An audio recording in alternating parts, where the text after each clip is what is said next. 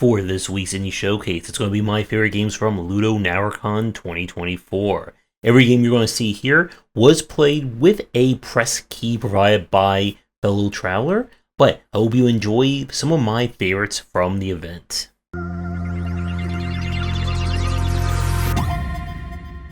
We are starting things off with Angeline Era. This is the latest game from the developers of Anodyne.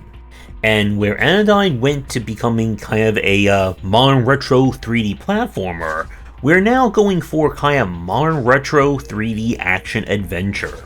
The game is kind of crediting the Ys games in terms of kind of like the bump-based combat as its inspiration. You are exploring a strange world full of all manner of creatures, secrets, and more. You have an overworld which you'll be able to move around in real time, and you'll be able to find secret levels and require levels. Inside, the game will switch to this kind of third-person perspective. You'll be able to run, jump, and bump into enemies in order to defeat them. The game comes with multiple difficulties, ranging from very easy to, of course, not so very easy. And considering this is from developers of Anodyne, expect secrets, and even more secrets within secrets. Now, from the demo, we really didn't get a chance to see like upgrades or any kind of progression on that front. The game hints that you'll be able to use the scales you find at the end of each stage to upgrade yourself, but we were not able to access that here. We did get to see quite a bit of variety in terms of level design. Now, the one issue that I had with the game is that for a lot of the more platform-centric levels, when there's a lot of stuff kind of layered on top of each other, the 3D perspective does make it a little bit hard sometimes to gauge where you are in the environment and where you need to go in order to jump on things. This can also lead to some difficulty with some of the boss fights, as it's hard to measure depth of some of their attack patterns. But this one is looking like it's going to be another very mysterious game, and one with a lot of content worth exploring. We're switching things up and going to Wonder Stars. This is a roguelite heavily inspired by anime, Dragon Ball, and more. In a world where everyone is super ripped and ready to fight at a moment's notice, Ringo is about to go on a fantastic adventure, which she will probably have to save the universe, get into some kind of fighting tournament, and befriend a lot of people along the way. The combat here is built on you using various words to create kind of like your anime or manga inspired catchphrase attacks. For every adjective you put in, you can also change the property of it, such as giving it fire, making it attack more, making you defend more, and you're limited by the number of words and phrases you can use for each turn of combat.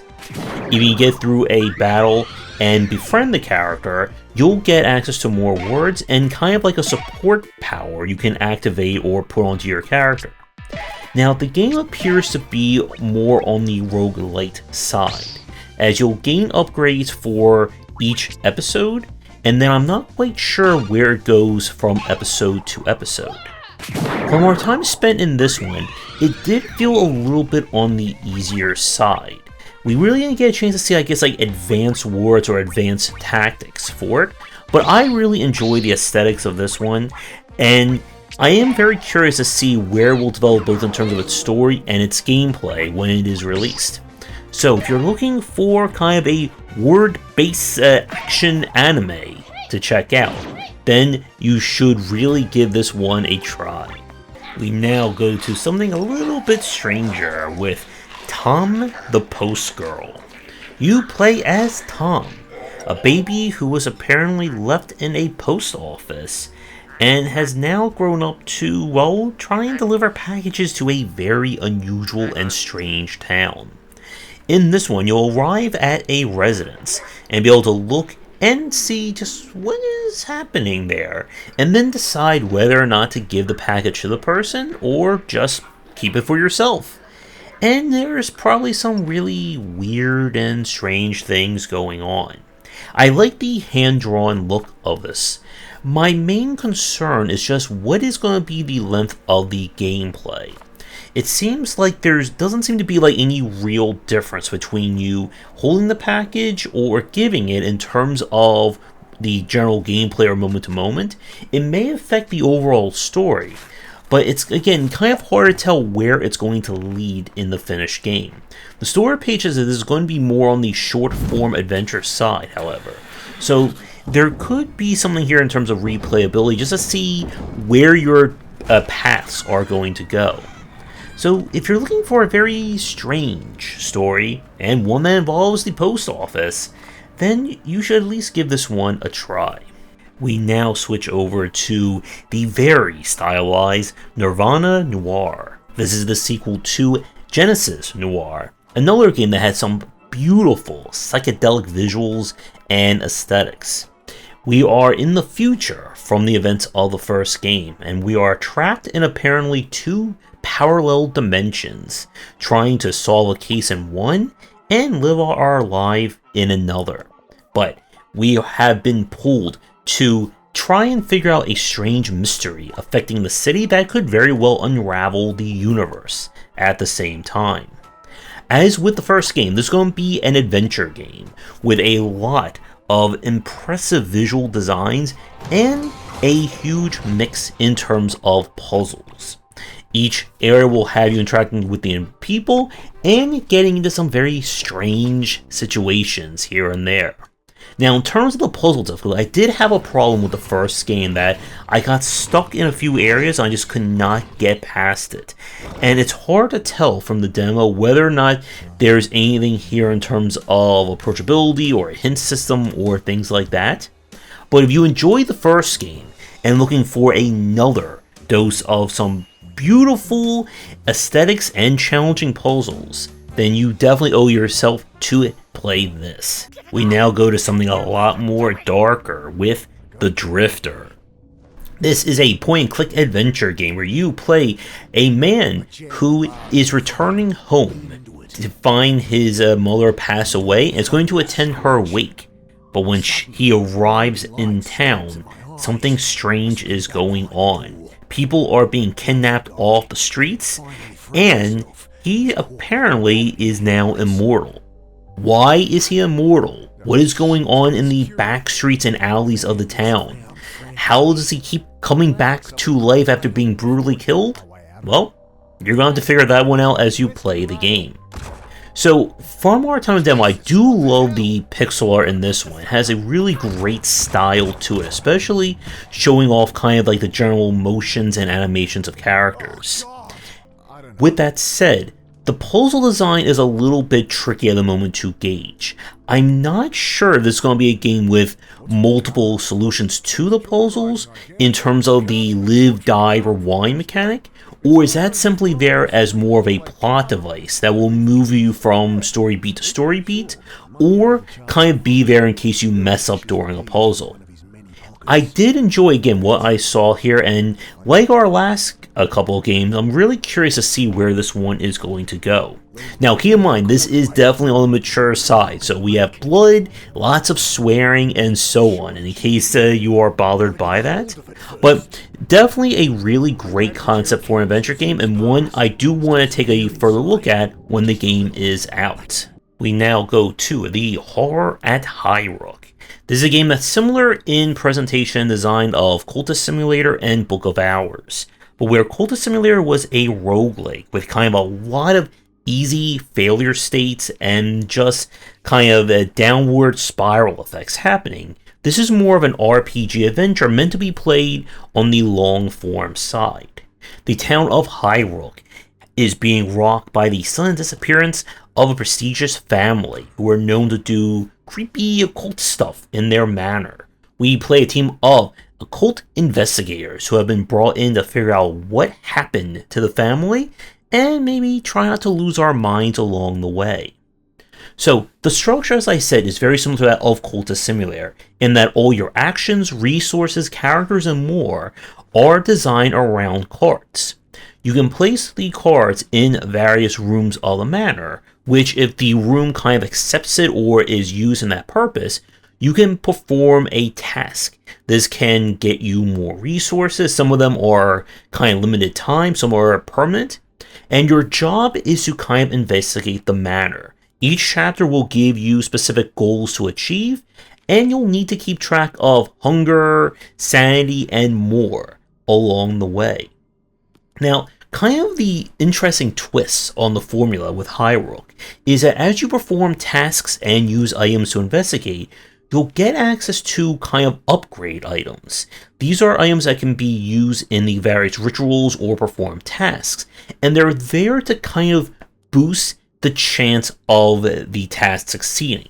So if a task requires Dream 3, and you have a character who has Dream 1, you could put additional items that give additional Dream so that this task will be completed. And this will become a factor when you're trying to do kind of the specific tasks for each chapter that will require more resources than what each character can provide. It seemed like this would be on the easier side to keep your team member stabilized in terms of hunger, madness, and so on. But as the game goes on, of course, things will become harder, more rules and twists will be introduced. If you enjoyed the style of Cultist Simulator or Book of Hours, then I highly recommend you check this one out. And if you enjoy that, but you're looking for one that is less punishing in terms of trying to play, then another recommendation for Highrook, and I'm really looking forward to playing more of this one when it is released. And now we go to Great God Grove. In a world full of wacky gods, they're trying to perform a ritual to keep the world going for a couple more decades.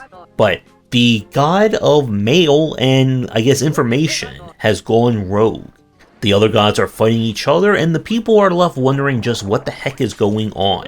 And it's going to be up to us using a kind of magical mail-launching suction cannon in order to make things right, one delivery at a time.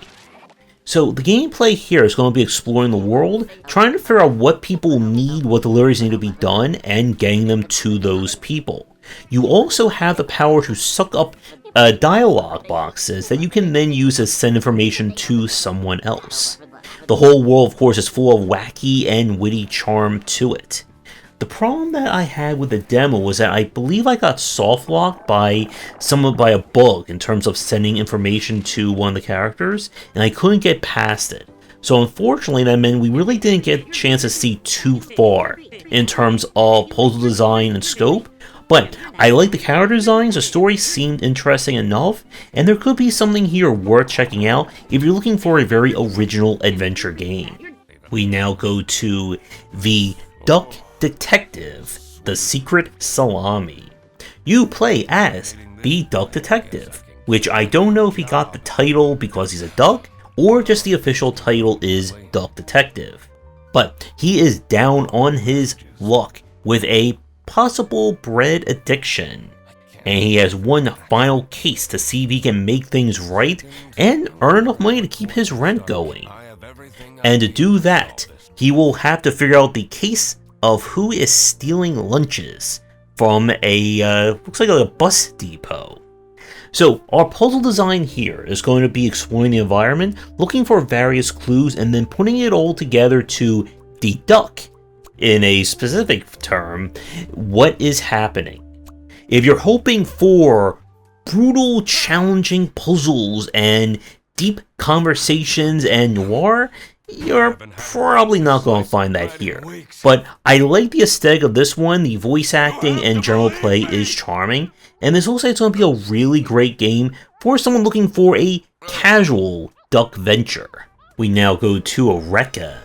This is a single player, kind of like, I'm not sure it's going to be more survival or just more exploration style game.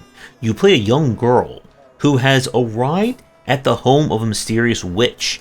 With having kind of an innate talent for magic, she becomes the new apprentice for the witch and to follow in the footsteps of Baba Yaga, including getting your own chicken-legged cottage that you'll be able to customize and personalize as you explore the land. I like the aesthetics and the story of this one, but we really didn't get a chance to see too much in terms of advanced mechanics or systems. The only witchcrafting we could do was just specifically for the story. But the story page says you'll be able to perform rituals, make potions, explore the land, etc, etc. This one has some potential here, and they can make the magic as wonderful as having our own walking cottage. Then there could be something here for those of you looking for a little witchcraft in your lives. And now for another mystery with Follow the Meaning. In a strange town, the local hospital has erected a massive wall surrounding it, and patients go in but they do not come out. And it's up to us to investigate and figure out, well, what is happening beyond that wall. So this is again more on your classic style of point-and-click adventuring. The town and its inhabitants are full of strange quests and situations and items you'll need to uncover. As you explore the town, you'll be able to interact with things and move the story along. The puzzle logic here seems to be on the moderate side. Don't know how much harder it's going to get in the finished version. But I do enjoy the art style of this one, and like our previous games, I am interested to see where it's going to lead. So if you're looking for more of a traditional kind of point-and-click adventure game with maybe like a touch of hidden object thrown in as you're trying to figure out where everything is, then I would definitely recommend you check it out. We have a different kind of mystery up next with the Posthumous Investigation. In Brazil, a wealthy aristocrat has been murdered, and we learn about it from him after his death. We are now tasked to figure out who murdered him and why, while being trapped in a time loop repeating the same day over and over again. Our investigation here is going to be about interacting with the various suspects and people around. They will be exploring and at different places depending upon the time of day. This will build up your collection of clues and questions to ask people to try and piece together what happened to this man. If you go down the wrong way or time runs out, you will be knocked out and sent back to the start of the loop. Now, this one looks like it's going to be fairly interesting, especially with the time loop shenanigans and trying to figure out just where everything is and how it's connected. You'll be able to talk to the aristocrat who's trapped in limbo after each loop to get any clues and start putting things together on your own. There's going to be a whole lot of dialogue reading, and the puzzle solving here again is going to be more about figuring out the case rather than just doing straight up point-and-click adventure game puzzles. So another very interesting one, and could be up there for someone looking for a little bit of noir to go with their sleuthing. We now go to the Mermaid Mask. This is the sequel to the adventure mystery game Tangle Tower. Our duo is back for another mystery and murder, this time aboard a submarine where a captain has been killed after opening up a mysterious cauldron and no one being around to be the perpetrator. So we are going to have to once again explore room by room, collect item by item, and of course, solve a variety of adventure game style puzzles. Like the first game, you will be combining a mix of investigation of the various suspects and people around, with also finding different logic-based puzzles that you will need to solve to get more clues and items that you will need to crack this case wide open. I like the style of this one, and the puzzles in this one, if it's anything like the first game, will definitely be on the moderate to challenging side. So this one, I would definitely give it a recommendation. If you haven't played Tangle Tower yet, then definitely check that one out first, because if you enjoy that one, then you will most certainly be enjoying this one. Speaking of another game to get a sequel, we now turn to Yes, Your Grace, Snowfall. This is a sequel to the first kingdom/management simulator of Yes, Your Grace. We are once again the king of a kingdom that has suffered a lot of damage, war, and murder and intrigue. And in order to keep things going, we must listen to our people, make brutally difficult decisions as to who we support, and try to keep everything alive when the armies come marching in. Now, I have not had a chance to play the first one yet, but if it's any indication from playing this one, there is certainly a lot more than what you may think that goes into it.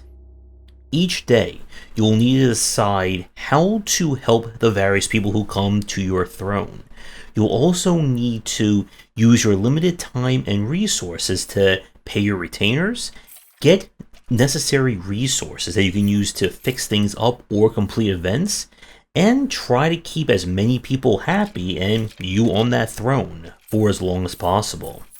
I love the art design and just like the fidelity of the backgrounds in this one. It pairs really nicely with the pixel art they have going for it. And while we didn't get a chance to play this too long on stream, there is certainly going to be a lot here if you're looking for a game all about making some very brutal choices and just seeing how good it is to be the king. Now up we go back to mystery and intrigue with Mexico 1921, A Deep Slumber. When the newly appointed president after a revolution gets murdered by an artist under very mysterious circumstances, it is up to a journalist to try and figure out and explain what happened and what led to these events. Now, the story itself follows through with you kind of exploring the past and present. While it begins with you playing as a detective, you'll switch over to the journalist for kind of the bulk of the game. You'll be able to interview various people, snoop around, collect clues, take lots and lots of photographs, and I really like the aesthetic of this one. Going for this kind of, I guess like almost like a wooden doll or very like interesting look to the characters and backgrounds. Now, like some of the other adventure games we've covered in this video, I don't know how much will there be in terms of player control over the narrative. Can you influence certain things? Are there going to be multiple endings, etc., etc.?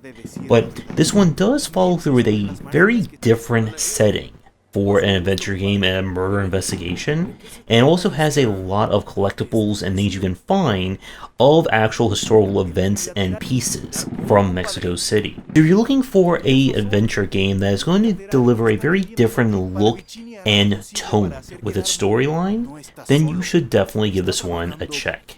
We now go to Afterlove EP. This game is set in modern-day Indonesia.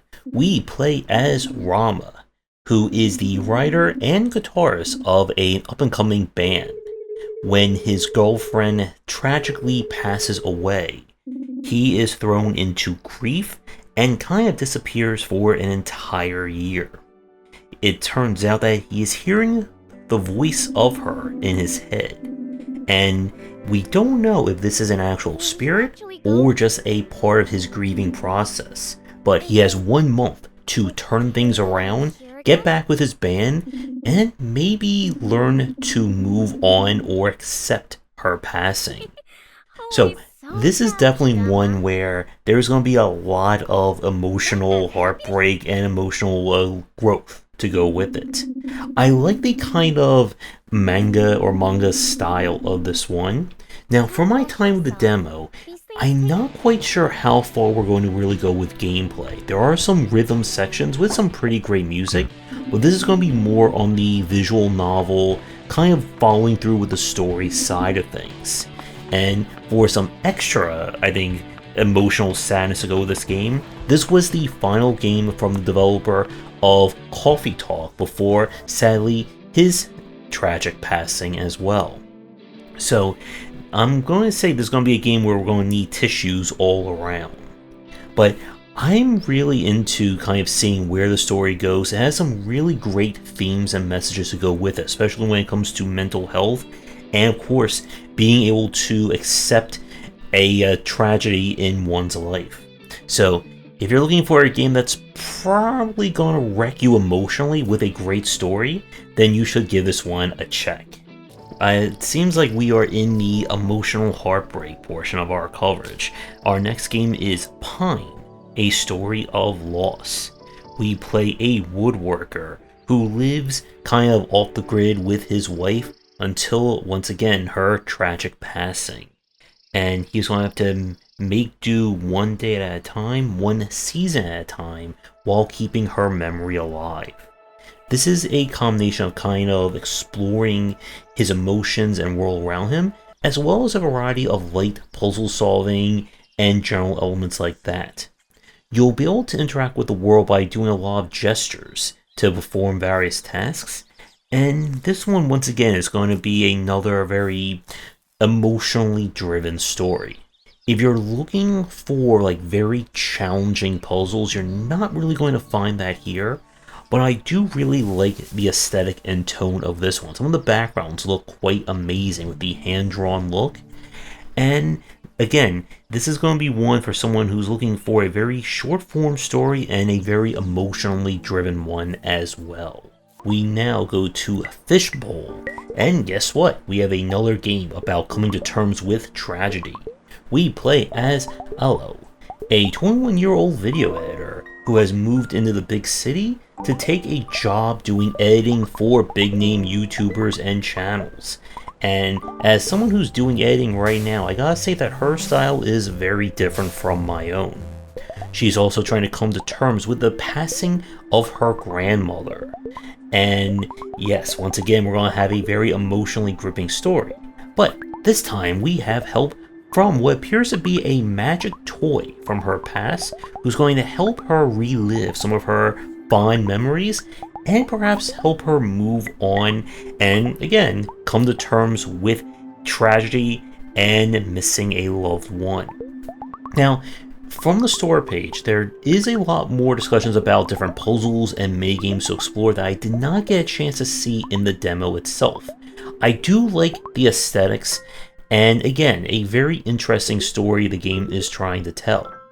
So this is another one that I definitely recommend if you're, again, looking for a story with some good messaging, and if you don't mind probably crying along the way. Alright, we made it past the soul-crushing emotional stories, and it's time to get a drink with Tavern Talk. This is a game that is, of course, heavily inspired by Coffee Talk, but taking place in its own kind of Dungeons & Dragons fantasy RPG world. We play the owner of a tavern, who will get a variety of fantasy characters, creatures, and more coming to their tavern. It's going to be up to us to listen to their troubles, help them out, and give them a drink here and there as well. I like the kind of drink crafting minigame, as you'll have to figure out what is the proper mix of ingredients to get the drinks people want. There's going to be branching stories based on which drinks you give to people at which kind of story decisions, along with putting together quests for various characters to meet, get together, solve, and move the story along like that. I don't know how involved the kind of like tavern management aspects of this game is going to get, as it didn't really go too far into that from the demo. But this one definitely has some potential. If you enjoyed Coffee Talk and looking for a game similar to that, or you're a fan of kind of fantasy world building and lore, and looking for a game that can really like steep you in that setting, then this is definitely one worth a shot. We now go to The Last Time I Saw You, a coming of age kind of action adventure slice of life game. We play as Ayumi in 1980s Japan. His village is nice and peaceful, but he keeps having a strange recurring dream of a mystery woman. There is a forest that is apparently cursed that he is told not to explore, and when a typhoon hits, he is apparently drawn into a strange world full of spirits and the mysterious woman that he keeps seeing. Will he figure out her identity? Will he survive? Well, again, you're going to have to play the game and find out. Another really solid looking game in terms of the hand-drawn aesthetics. Now, from my time with the demo, I really didn't get a chance to see a lot of what this game is going to be doing. There's going to be combat and of course 2D exploration, but the story page does talk about having side quests, things to find, and stuff along those lines. I do not know if there will be like heavy puzzle solving in this one, or it will just be more focused on the action adventure side. But another game that has me intrigued as to what we're going to see in the finished one, and if you're looking for a kind of slice of life action adventure, then definitely give this one a check. We now go to Minds Beneath Us. This is an adventure game taking place in a cyberpunk future where everything is run by AIs, and the technology has been developed to implant AIs into human minds. We play as one such AI who has been implemented into some kind of mysterious conspiracy. When things do not go as planned, we find ourselves being kind of jumped from mind to mind, trying to make their lives better, figure out what is going on, and just uncover just how deep this rabbit hole goes. The aesthetics and art direction in this game once again look phenomenal. There are some impressive looking backgrounds. Now this one is going to be more adventure game, as well as choose your own adventure style compared to some of the previous games we've talked about so far. You'll be able to decide at many different points how you respond to the various characters, and they will remember the decisions you make and will influence the story going forward. I don't know just how many permutations there are going to be in the main game, but you will have to kind of figure things out on your own. Now, from my time with the demo, I didn't get a chance to again see just how far things are really going to go. Can we actually change the story, or is it just simply kind of affecting the short-term decisions? But very interesting world setting, and going to be a lot of things you can uncover and kind of figure out as you play. So another solid recommendation from me, and definitely one for the fans who are looking for an adventure game where you can kind of have a lot more influence over what is going on. We now go to 10,000 Coins The Merchant. This is a merchant strategy RPG, as is defined by the story page. We play a fox girl who is quite possibly the last of her kind in a world that has hunted them to extinction. And in order to survive, she must use the power of economics to stay one step ahead of those that would doom her. The game itself is played across different timelines, I believe 2, but I did not get a chance to see that in the demo. Your job is to go from town to town and be a merchant, buying low, selling high, and doing all that bartering that you need for the goods that are required. Every town will have a specific good that they would want, and a good that they would produce, and prices fluctuate based on supply and demand. You are free to use money or barter in order to get the goods that you need. And similar to that of Racketeer, you'll need to figure out just exactly how much you want to give someone in order to get something back. Some goods can only be purchased with money, some can only be earned through bartering. And you must keep yourself alive and hunger free if you want to keep going. As you go from town to town, you will also be attacked, and you must survive by quite literally throwing your goods at enemies, with each good having different stats, but you will also hurt the quality of the good by throwing them, so you may not want to hit a wolf with a expensive vase as you're traveling. So this is a game that, much like Final Profit, that by now you have probably either completely checked out on as a concept, or you are downloading the demo as I speak. And I really enjoy this one. Again, as a fan of kind of the economic RPG style. The story page also says that there may be kind of like a roguelite mode, where you run your own trading company as well. But this one is looking to be a very specific in terms of its audience and design, and if you fall into that niche in terms of the audience, then you are going to love this game, and I definitely recommend it. If you're looking for a game where instead of swords and sorcery, you're going to be using money and bartering as your special powers. And for the last game of our showcase, this is My Lovely Empress, the latest in the My Lovely games that combine simulation, visual novel, and a touch of horror. In this one, we play the newly crowned king of a kingdom. When our wife dies from the same mysterious illness as her mother, we are thrown into a desperate situation to bring her back, using the powers of Yaoguai, which I'm pretty sure I butchered, who are kind of demon entities who will come and help us, at, of course, a cost that we can't possibly understand at the moment. So for My Lovely Empress, this one actually goes a step further than the previous games, so are more like visual novel / like adventure style. This one turns into more of a management empire sim on top of that. Each kind of event, you'll need to decide how and what you respond to when different crises impact your empire. Who you decide to help or work with will affect the relationship of the different class of people in your kingdom or the different kingdoms and factions around. You can use the Yaoguai as kind of like special units who can be assigned to different tasks. They can perform other things as well. You can also use their power to summon calamities and disasters that can kill your people. And the reason why is that you need human spirit energy to keep her soul alive. If it runs out, your game is over.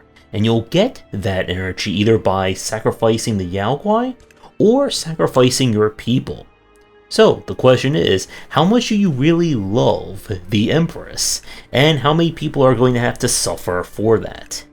So this one is definitely looking like it's going to be the most gameplay involved of the series so far, and you're going to be making a lot of difficult choices with, of course, multiple endings based on what you're going to do. So if you're looking for a management sim with a touch of romance and disaster thrown in, then definitely give this one a check. And with that, we are done with Ludonarracon 2024's demo showcase. There were other games that I did play as full copies I will be turning into individual or combo reviews coming real soon. What were your favorites from the event? And if you let me take your game for a future stream, showcase, or event, please reach out, as I'm always looking for games to play. So thank you once again for watching our Ludonarracon coverage. Have a great rest of your night, and see you in the next video. Thanks for watching, and a special thank you to our Patreon supporters. If you enjoyed the video, do the YouTubing stuff, be sure to visit our Discord and Patreon, and you're interested in more in my thoughts on design, check out my game design books.